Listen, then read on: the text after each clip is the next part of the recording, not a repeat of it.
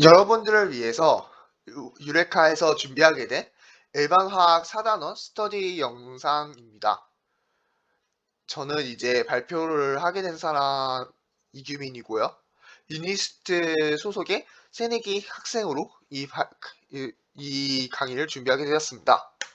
일단 순서를 보자면 그 교재에 나온 대로 General Properties of Aqueous Solution부터 시작해서 Precipitation Reactions, acid base and utilization reactions, oxidation reduction reactions, 그리고 concentration of solution. 마지막으로 solution stoichiometry and chemical analyze에 대해서 한번 보도록 하겠습니다.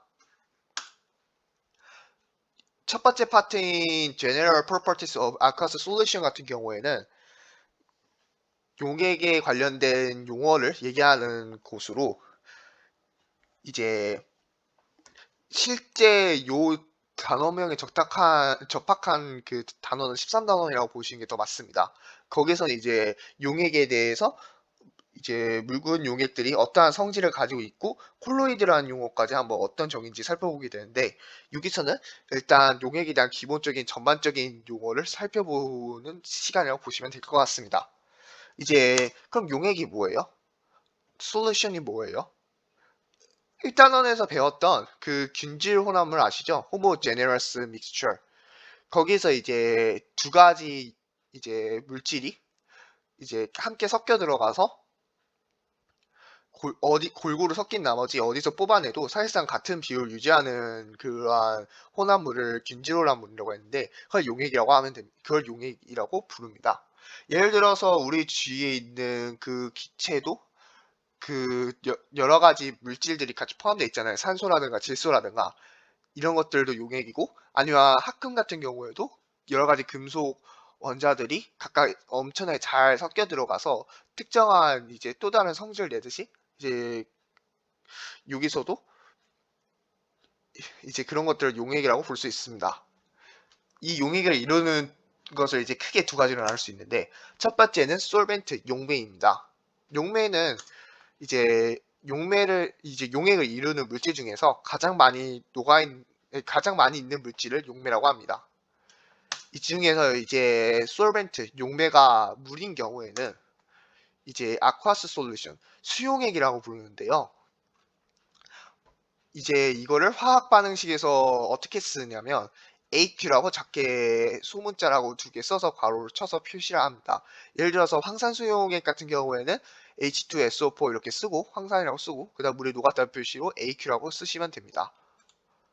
그리고 또 다른 이제 용액을 이루는 물질 중에 용질로 분류되는, 그러니까 솔루트라고 하는 것은 용매가 아닌 용액을 이루는 물질 모두를 이루는 말입니다. 이제 수용액에서는 이 고체를 중심으로 다루게 되는데, 이제 그 고체에서도 이 두 가지 일렉트로라이트 전해질과 non 일렉트로라이트 비전해질로 이제 두 가지로 나눕니다. 첫 번째 일렉트로라이트 전해질 같은 경우에는 물에 녹으면 이온을 방출해서 그 이온을 통해 전류가 흐를 수 있게 만들어주는 물질로 이제 스트롱 일렉트로라이트랑 위크 일렉트로라이트로 나뉘는데, 그 스트롱 일렉트로라이트 강한 전해질의 경우는 물에 녹았을 때 이온으로 잘 쪼개져서 거의 다 쪼개지는 그러한 용질을 얘기하고, 위크 일렉트로라이트 같은 경우에는 물에 녹았을 때 그 이온을 내놓긴 하지만 그 빈도가 이제 경우가 작아. 그러니까 이온으로 쪼개지는 경우가 작은 그러한 용질을 약전해질이라고 부릅니다. 아까 전에 말실수를 했던 그 비전해질 같은 경우에는 이제 물에 녹았을 때 이온을 내놓지 않고 그대로 안 쪼개지거나 안 쪼개져도 이온을 내놓지 않는 형태로 쪼개져서 이제 전류를 그렇게 흐르게 하지 못하는 물질을 얘기하고, 이제 전해질 일렉트로라이트 같은 경우에는 솔베이션 용매화라 그래서 어떠한 물질이 녹게 되면 이제 그게 쪼개져서 그걸 이제 쪼개는 걸 돕지만 쪼개지고 나서는 이제 그거를 다시 결합하지 못하도록 만든 것을 솔베이션 용매화라고 합니다. 추가적인 개념을 조금 언급해 보자면 이제 순수한 물 같은 경우에는 물의 자동 이온화를 해서 두 개의 물 분자가 수산화 이온이랑 그 다음에 실제로 물에 존재하는 수소 이온의 형태인 그 하이드로뮴 이온이 로 이제 서로 왔다리 갔다리 쪼개주고 결합하고 그러기 때문에 전류가 무시할 수 있는 수준으로 흐르긴 합니다. 그래서 전해질과 비전해질을 정의할 때는 유의미한 수준으로 전류가 흐르게 하느냐 전류를 아니면 유의미하지 못하고 그냥 원래 순수한 물처럼 전류가 흐르는 것을 방해하는 그러한 예들에 따라서 전해질과 비전해질이라는 게 더 정확하긴 합니다. 그리고 이온화도라는 개념은 넣은 용질의 그 양에 비해서 얼마만큼 이온화됐는지를 나타내는 양으로 넣은 용질 양분의 이온화된 용질 양으로 정의됩니다. 그리고 14단원 얘기했듯이 15단원에서도 이제 약전해질과 관련된 특성이 나오는데 이제 그것이 얼마만큼 이제 이온화가 됐느냐 그걸 표시하는 용어로 이제 평형상수나 반응상수 등을 고려해서 이게 반응이 어느 쪽으로 흘러갔느냐 얼마만큼 녹느냐를 따질 수도 있습니다. 파트 2 Precipitation Reaction 앙금 생성 반응입니다. 일단은 이걸 보기 이전에 Solubility, 용해도라는 개념부터 한번 살펴보도록 할게요. 용해되는 것은 용매와 용질의 종류, 그 다음에 온도에 따라서 달라지기 때문에 용매 그 온도에 따라서 얼마만큼의 용질 녹느냐로 정의가 되고 만약 이 값이 그 용매 1리터당 용질이 0.01몰 적게 녹는다면 그것은 insoluble 녹지 않는다라고 얘기할 수 있습니다.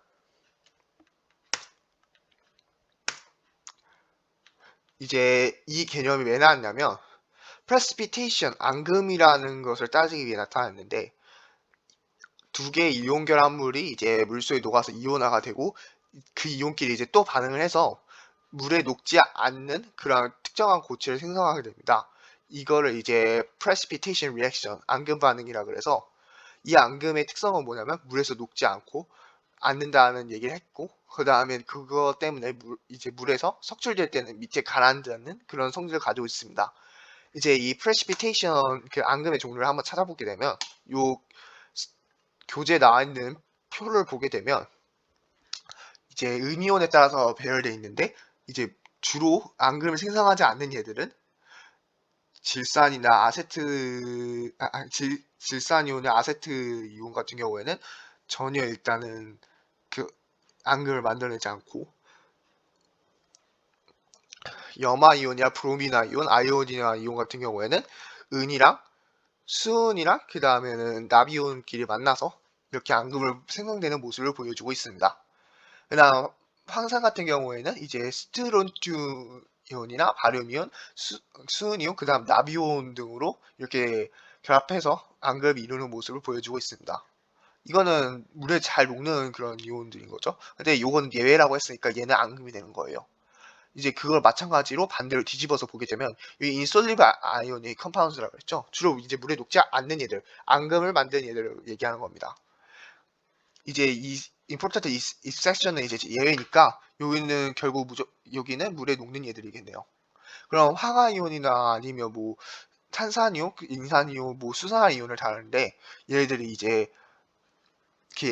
그 암모늄 이온이랑 결합을 했을 때는 앙금을 생성하지 않고 마찬가지로 그 일쪽에 있는 그러한 얘들의 이온과도 결합하지 않습니다. 그 앙금으로. 그리고 그 황화이온이나 아니면 수산화이온 같은 경우에는 그 칼슘 이온이나 스트론튬 이온, 바륨 이온과는 그 앙금을 생성하진 않네요. 이게 일단은 앙금의 종류라고 볼 수 있고 이제 이 앙금의 종류를 살펴보게 되면 이 황 같은 예시로 황 이온을 예시로 들자면 이제 여기 있는 그 납 같은 이온, 카드뮴 이런 얘들과 결국 그 앙금을 만든다는 소리잖아요. 그럼 여기서 우리가 봤을 때 이거를 역으로 이용해서 이런 납이나 이런 중금속을 찾아내면 좋겠다. 그래서 황을 포함한 용액을 넣어서 그 반응을 시켜서 앙금이 생성되면 그게 이 중금속에 있는 물질인 걸, 용액인 걸 알 수 있겠죠. 이런 것들을 확인하는 게 실생활에서 앙금을 유용하게 쓰는 방법이고, 오히려 앙금이 방해가 되는 경우에는 이제 물 속에 이제 하수구에 보면 그 쌓여 있어가지고 언젠가 막히는 그러한 현상이 생기는데, 그런 것도 앙금으로 생성되는 걸로 볼 수 있습니다. 앙금 생성 반응은 그 교환 반응 또는 복분해 반응이라 그래서 exchange reaction 또는 metathesis reaction이라고 불리는데, 어떠한 두 개의 물질이 있으면 서로끼리 일부분을 맞바꿔 치는 그러한 반응으로 볼 수 있습니다. 또 이거 말고도 1단에서 배웠던 decomposition reaction, 그 다음 composition reaction, 그러니까 뭐 분해 반응과 결합 반응도, 화학 반응도 일종의 화학 반응인 거죠. 그리고 뒤에 후술할 그 displacement reaction 반응도 있습니다. 그거는 조금 이따 살펴보도록 하겠습니다. 이제 파트 3로 넘어가 볼까요? 파트 3, acid, base, and neutralization reaction, 산, 염기 중화 반응에 대해서 살펴보도록 하겠습니다. 산과 염기 같은 경우에는 세 가지 정의가 있습니다. 아레니우스가 정의한 방식, 브랜스테드 로우리가 정의한 방식, 그 다음에는 루이스가 정의한 방식입니다. 브랜스테드 로우리 같은 경우에는 서로 다른 두 사람이 이루어져 있죠. 두 사람이 정의한 거죠. 아레니우스는 수용액에서 수소이온을 방출하는 일을 산이라고 불렀고, 수용액에서 수산화이온을 방출하는 물질을 염기라고 불렀죠.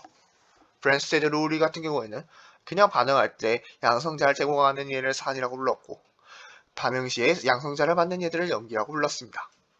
루이스 같은 경우에는 반응 시에 전자쌍을 받는 얘들을 산이라고 불렀고, 반응 시 전자쌍을 제공하는 얘를 베이스, 염기라고 불렀죠. 아레니스의 정의는 브랜스테드 로우리 정의에 들어가고, 루이스가 정의한 그 산염기는 브랜스테드 로우리의 산염기를 포함합니다. 그리고 산과 염기는 물속 이온을 방출하는 녀석들이기 때문에 결국 electrolyte, 전해질과 연결될 수 있습니다. 그래서 파트 1에서 얘기했던 그 strong electrolyte, weak electrolyte를 이제 적용을 해볼 겁니다. 그 강전해질과 약전해질을 산과 염기에 섞어서 네 가지 분류군을 만드는 것이죠. 강산, strong acid 같은 경우에는 산의 정의를 지키면서 강전해질, 물에 녹았을 때 거의 대부분이 이온화되는 녀석들을 얘기합니다. 스트롱 베이스, 강염기 같은 경우에는 염기의 정의를 지키면서도 스트롱 일렉트로라이트인, 그러니까 수용액에서 대부분 이온화되면서 수산화이온을 방출하는 얘들을 강염기라고 부르죠. 약산은 산이면서 위키 일렉트로라이트, 약전해질, 즉 수용액에서 일부분이 이온화되면서 수소이온을 내뿜는 얘들을 약산이라고 부르고, 약염기는 위크베이스 같은 경우에는 염기면서도 동시에 위크 일렉트로라이트, 그 약염기인, 약전해질인 그러한 물질을 약염기라고 부르는데, 그러한 표들을 한번 살펴보도록 하겠습니다. 이제 스트롱 엑시드와 베이시스의 일부 종류를 따온 건데, 강산, 스트롱 엑시드는 주로 17족 원소를 포함한 산들을 포함하고 그 음이온을 포함한 산이거나 아니면 뭐 질산, 황산 같은 예들이 보이네요. 염기 같은 경우를 보면 이제 염기의 양이온으로 금속 이온 중에서 2족 금속을 포함하는 얘들을 그렇게 쓰고 있습니다. Neutralization reaction, 중화 반응 같은 경우에는 산과 염기가 이제 물속에 녹으면 각자 산의 경우에는 양이온으로 수소이온 또는 수소이온이 이제 물과 만나서 하이드로뮴 이온으로 존재하는 형태로 쭉 나오고, 산 같은 경우 산에 또 다른 음이온이 나옵니다. 이 음이온은 산마다 다를 수 있죠. 염기 같은 경우에는 수산화 이온으로 염기의 음이온이 나오고, 그 다음에는 염기의 양이온, 얘도 역시 산처럼 다르게 나올 수 있습니다. 이렇게 해서 산의 이 수소이온 또는 하이드로뮴 이온과 이 수산이온이 만나 각자 한 개 또는 두 개의 물 분자를 만들어냅니다. 이거를 중화 반응이라고 합니다. 근데 그럼 산의 음이온과 염기의 양이온은 어떻게 되느냐? 이걸 우리는 뭉쳐서 염이라고 부를 수 있습니다. salt라고 부르죠. 근데 여기 염을 보게 되면 어떤 중화 반응 같은 경우에는 이제 H2S 황화수소가스를 내놓거나 아니면 CO2 같은 탄산을 이산화탄소를 내뿜을 때도 있습니다. 아니면 아까처럼 앙금을 만들 수도 있죠. 이제 이런 것처럼 아니면 이제 물속에서 그냥 얌전히 산의 음이온과 염기의 양이온 수용으로 존재할 수도 있습니다. 이렇게 해서 염은 여러 가지 형태로 존재할 수 있죠. 그 다음에는 컴플리트 아이오닉 포뮬라입니다. 얘는 완결 이온 반응식이라고 한국어로 번역할 수 있으며 얘는 모든 그냥 이온을 수용액 모든 들어있는 모든 용액을 표시하는 거에 가깝습니다. 이온으로. 그리고 구경꾼 이온 같은 경우에는 스펙터 이온이라고 해서 반응에 참여하지 않는 이온을 얘기하죠. 마지막으로 레드 아이온. 얘는 알자 이온이라고 부릅니다. 구경꾼 이온과는 다르게 알자 이온은 반응에 참여하는 이온들을 모두 얘기하는 거죠. 그래서 걔네들을 모아서 만든 것이 알자 이온 반응식으로 반응하는 이온이랑 그 다음에는 그것의 반응물만 표현하는 그거의 생성물만 얘기하는 얘들을 생성물만 쓰는 화학 반응식을 알자 이온 반응식이라고 합니다. 즉 완결 이온 반응식 모든 이온을 표기하는 식에서 구경꾼 이온을 반응물과 생성물을 양면에 빼버리면 걔는 알자 이온 반응식들의 모임이 되는 것이죠. 알자 이온 반응식이라고 해서 예를 들어서 산 염기의 중화 반응 같은 경우에는 아까 전에 봤던 반응이다시피 수소 이온 또는 하이드로뮴 이온과 수산화 이온이 뭉쳐서 물 분자를 만들어내는 경우입니다. 물론 산의 음이온과 염기의 양이온이 만나서 앙금을 만들어내든 기체를 만들어내든 그러면 그것도 알자 이온 반응식에 포함될 수 있는 거죠. 이제 4파트로 넘어가 볼까요? 이제 파트 4 Oxidation Reduction Reactions 산화환원 반응에 대해서 따져보겠습니다. 일단은 산화 같은 경우에는 옥시데이션이라고 해서 일단은 산소 원자를 만든 걸 생각할 수가 있어요. 또 수소 원자를 잃거나 아니 전자를 잃는 얘들을 산화라고 부를 수 있죠. 또 리덕션 환원 같은 경우에는 산소를 잃거나 수소를 얻거나 전자를 얻는 것을 얘기합니다. 산화 환원은 동시에 일어날 수밖에 없는데 왜냐하면 어떤 반응을 할 때 산소 원자든 수소 분자든 반응을 하게 되면 사라지지 않을 겁니다. 질량 보존 법칙 때문이죠. 물론 전자도 마찬가지일 거고요.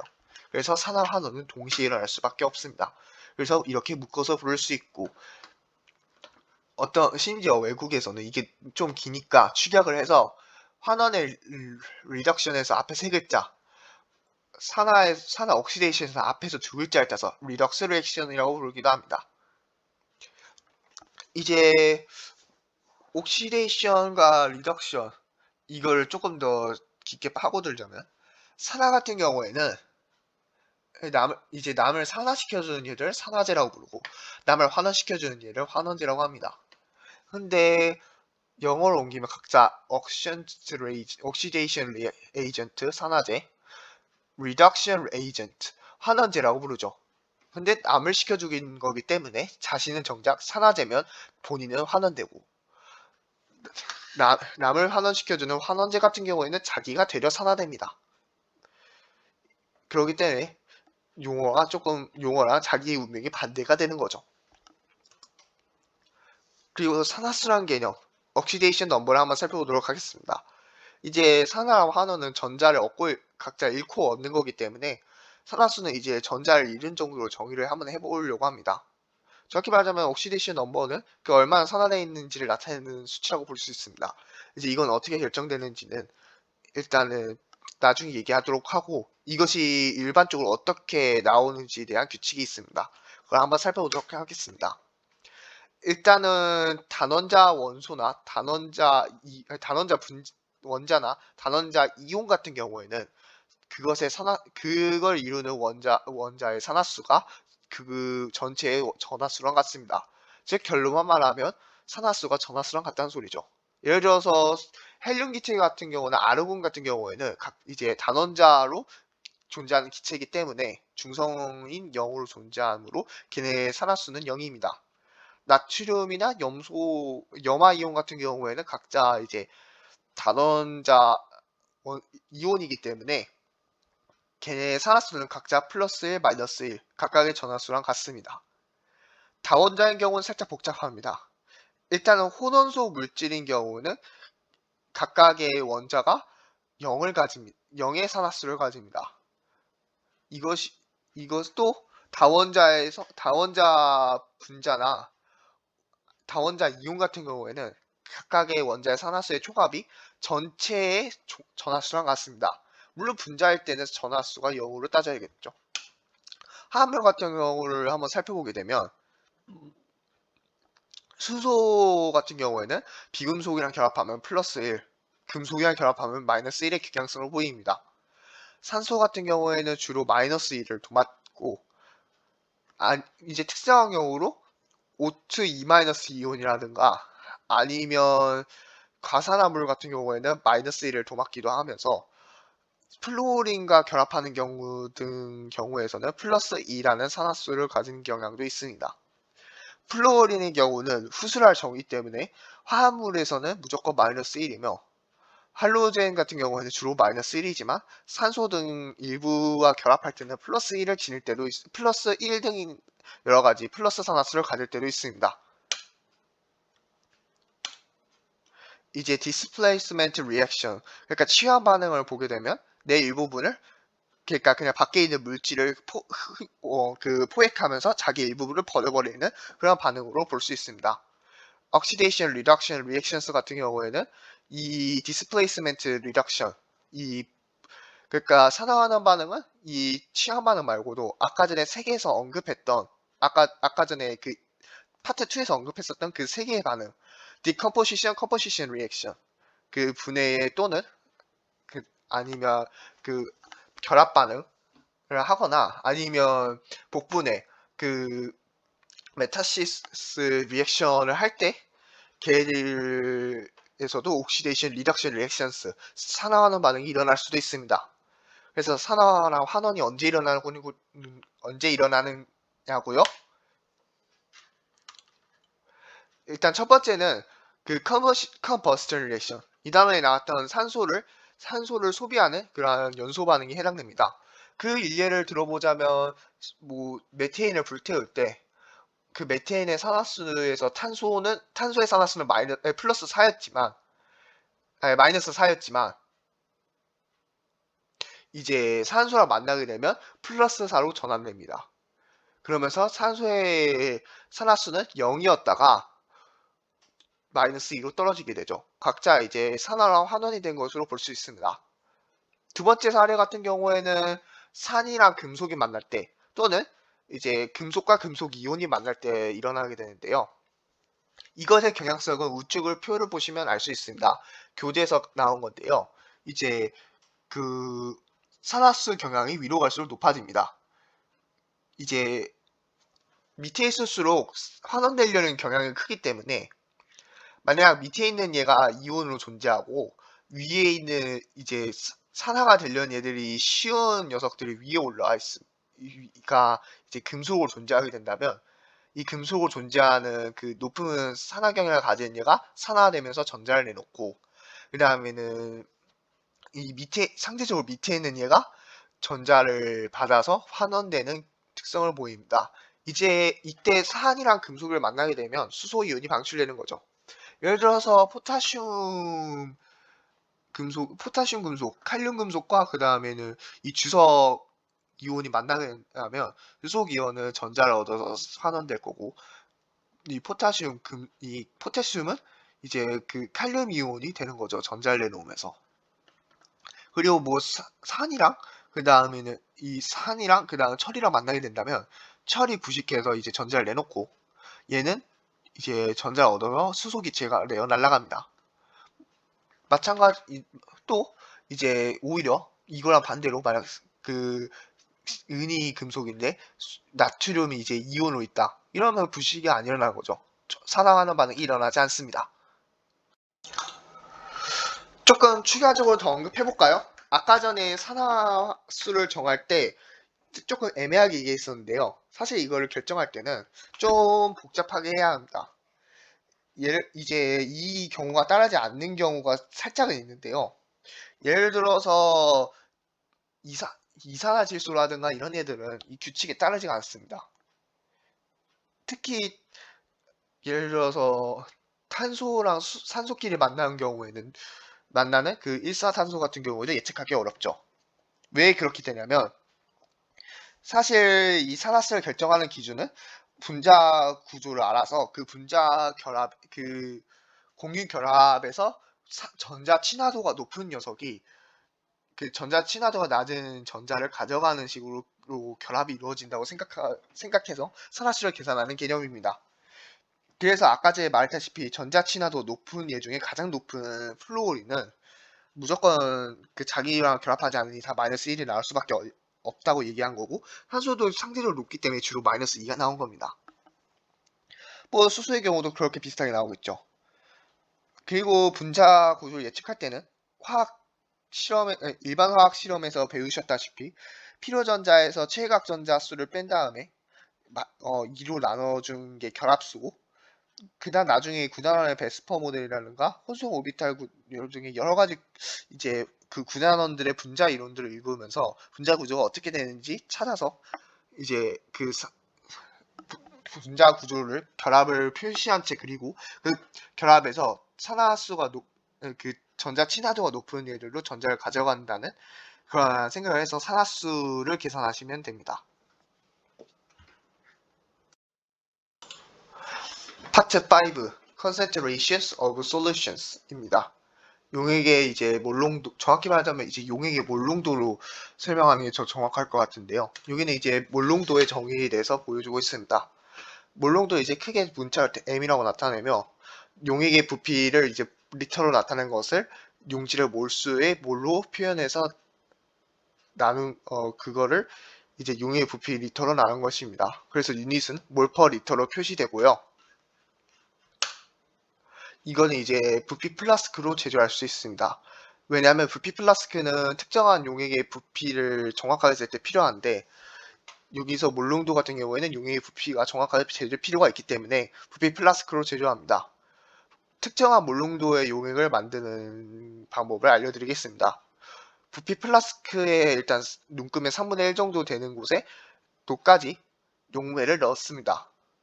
그 다음에는 용질의 몰수에 맞도록 용질을 준비해서 뭐 그램으로 잴 거면 몰 질량을 곱해가지고 그램을 구한다든가 이렇게 해가지고 이제 용질을 그만 다 찾아서 완전히 다 투하합니다.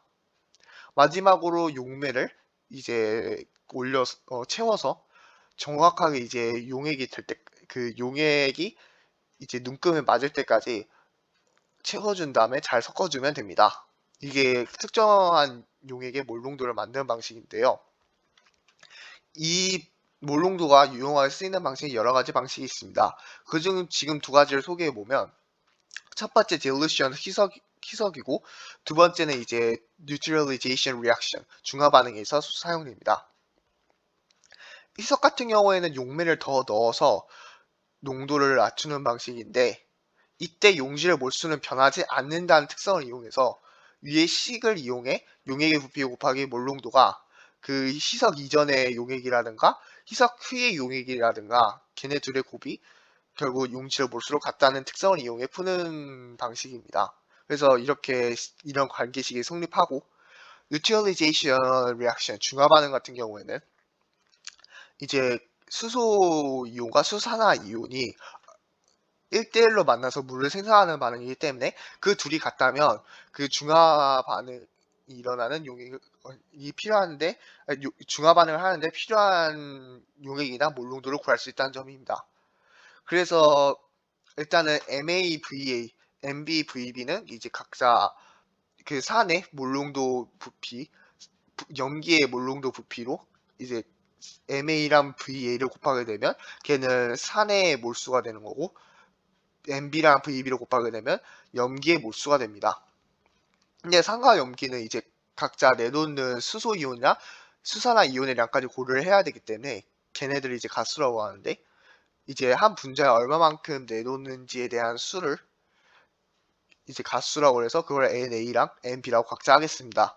즉 NA는 산 분자 하나당 얼마만큼의 수소 이온이 나오고, 그다음 NB는 염기 한 분자에 따라서 수산화 이온이 얼마만큼 나오는지 따지는 수치입니다. 이제 그것까지 곱해서 이렇게 NA, MA, VA가 NB, MB, VB가 되는 식을 얻을 수 있습니다.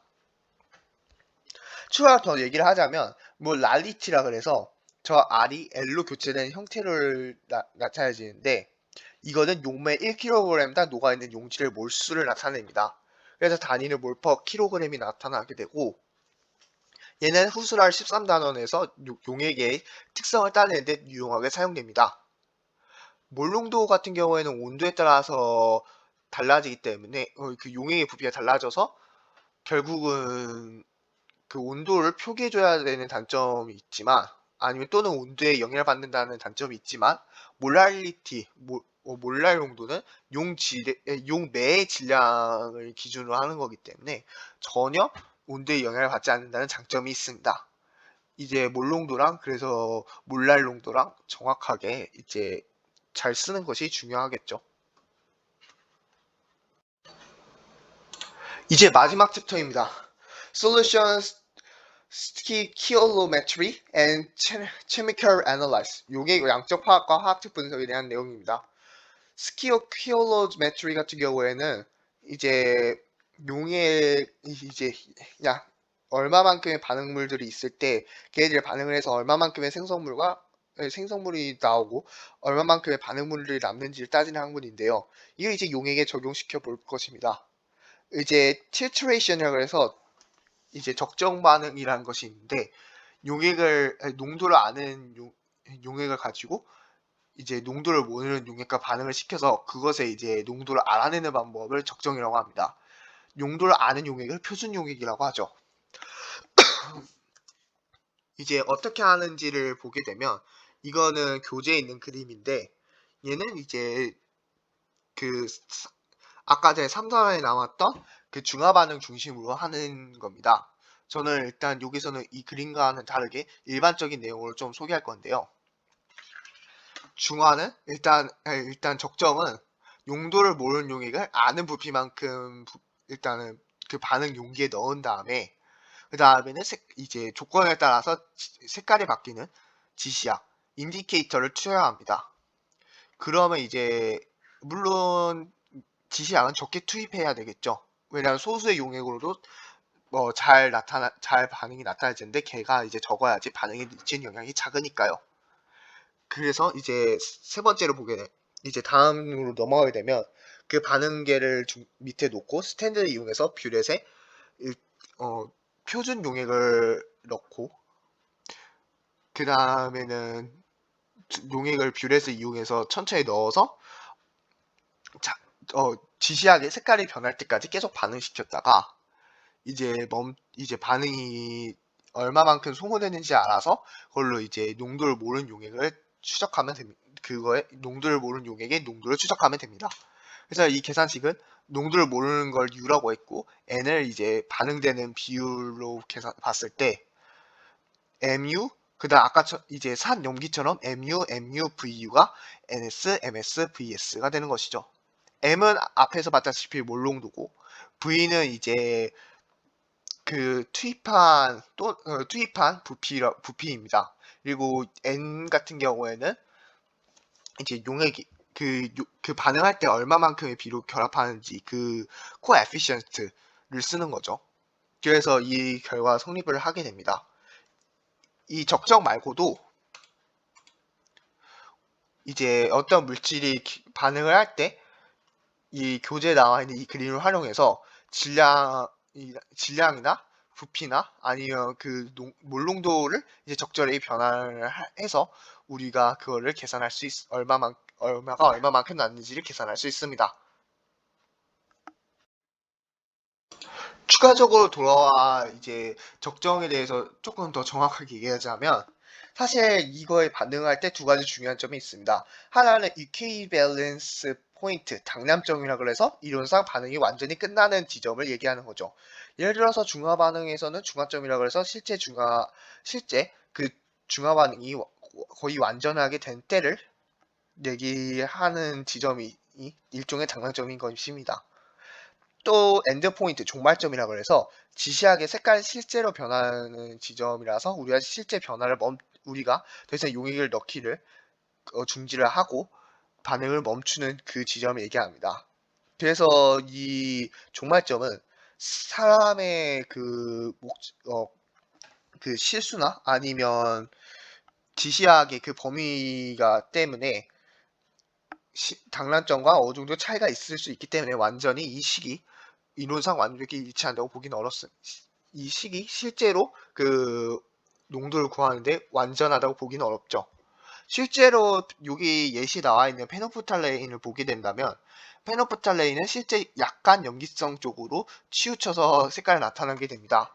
그래서 이러한 페노프탈레인을 쓸 때는 이게 중화점이 아니라 살짝 연기가 더 많이 들어갔다고 생각해서 적정 어느 정도 조정을 해서 생각하면 좋을 것 같습니다. 이제 마지막으로 와서 출처입니다. 이제 사진은 이제 핸드 드로잉, 그러니까 손으로 직접 그리지 않은 사진은 우리 교재에 나와 있는 케미스트리 더 센트럴 사이언스 14번째 SI 단위로 표시한 걸로 이제 피어슨에서 출시한 2018년 버전의 그 일반 화학책을 참고하였고, 여기 사용된 테마는 그다음 마이크로소프트에서 제공하는 파워프린트의 슬라이스, 패셋, 뉴 심플, 추억이라는 테마를 활용해서 이 PPT를 제작했음을 말씀드립니다. 지금까지 강의를 들어주셔서 감사하고 만약 궁금점이 있다면 연락 주시면 감사드리겠습니다. 지금까지 발표를 들어주셔서 감사합니다.